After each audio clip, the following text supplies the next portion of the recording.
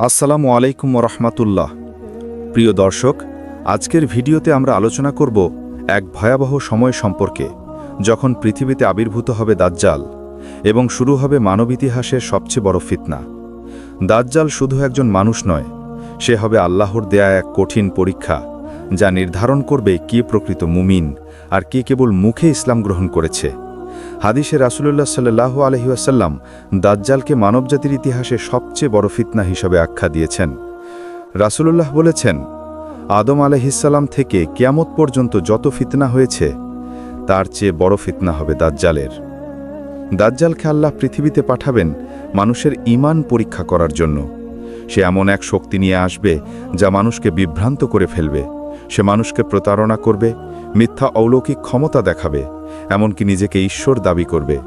অনেকেই তাকে বিশ্বাস করবে, কারণ সে মানুষকে ধন সম্পদ, খাদ্য ও নিরাপত্তা দেওয়ার প্রতিশ্রুতি দেবে। কিন্তু সে প্রকৃতপক্ষে হবে এক ধোঁকাবাজ, শয়তানের সবচেয়ে বড় প্রেরিত। দাজ্জালের আগমনের আগে পৃথিবী থাকবে অস্থির। মানুষ যুদ্ধ, দুর্ভিক্ষ, খরা ও বিশৃঙ্খলায় ভুগবে। 3 বছর পরপর খাদ্যের ঘাটতি হবে। প্রথম বছরে আকাশ 1/3 পানি কমাবে, দ্বিতীয় বছরে আরও কমাবে, আর তৃতীয় বছরে প্রায় সব শুকিয়ে যাবে। মানুষ যখন হতাশ হয়ে পড়বে, তখনই দাজ্জাল আবির্ভূত হবে এক ত্রাণকর্তা সেজে। সে বলবে, আমি তোমাদের ঈশ্বর, আমি তোমাদের রিজিক দেব। অনেকেই তার মিথ্যা কথায় বিশ্বাস করবে, কারণ তাদের পেট খালি, মন দুর্বল আর ঈমান কম। দাজ্জাল পৃথিবী ভ্রমণ করবে দ্রুত গতিতে। একদিনে এক দেশ থেকে আরেক দেশে পৌঁছাবে। সে আগুন দেখাবে, কিন্তু আসলে তা হবে ঠান্ডা পানি, আর পানি দেখাবে যা হবে আগুন। হাদিসে আছে, সে মানুষের সামনে এক মৃত মানুষকে জীবিত করবে বলে দাবি করবে এবং জাদুর মাধ্যমে এমন কৌশল দেখাবে যাতে মানুষ বিশ্বাস করে সে সত্যিই মৃতকে জীবিত করতে পারে। কিন্তু এটি হবে কেবল ধোঁকা, শয়তানের সহায়তায় তৈরি ভেলকি। মুমিনরা তাকে চিনবে, কারণ তাদের ঈমান দৃঢ়।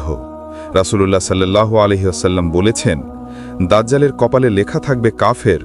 এটা প্রত্যেক মুমিন দেখতে পাবে, সে শিক্ষিত হোক বা অশিক্ষিত।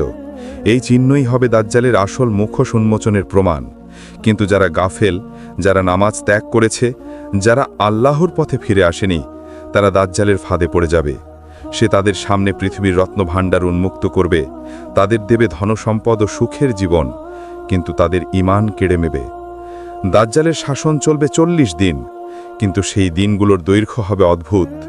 প্রথম দিন হবে 1 বছরের সমান, দ্বিতীয় দিন 1 মাসের সমান, তৃতীয় দিন 1 সপ্তাহের সমান, আর বাকি দিনগুলো হবে সাধারণ দিনের মতো। সেই সময় মানুষ বিভ্রান্ত হয়ে পড়বে, দিন রাত চিনতে পারবে না। রাসূলুল্লাহ সাল্লাল্লাহু আলাইহি ওয়াসাল্লাম নির্দেশ দিয়েছেন, যখন দিন দীর্ঘ হবে, তখন তোমরা নামাজের সময় নির্ধারণ করে নামাজ পড়বে।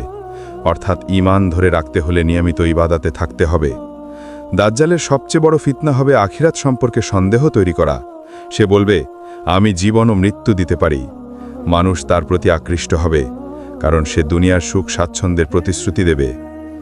কিন্তু প্রকৃত মুমিনরা জানবে, জীবনের মালিক কেবল আল্লাহ।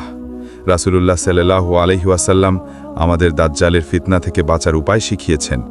তিনি বলেছেন, যে ব্যক্তি সূরা আল কাহফের প্রথম 10 আয়াত মুখস্থ রাখবে, সে দাজ্জালের ফিতনা থেকে নিরাপদ থাকবে। কারণ এই সূরায় বর্ণিত আছে মিথ্যা ও প্রতারণা থেকে মুক্ত থাকার দিক নির্দেশনা। যখন দাজ্জাল পৃথিবীতে সর্বোচ্চ শক্তিশালী হবে, তখন আল্লাহ পাঠাবেন ঈসা আলাইহিস সালামকে।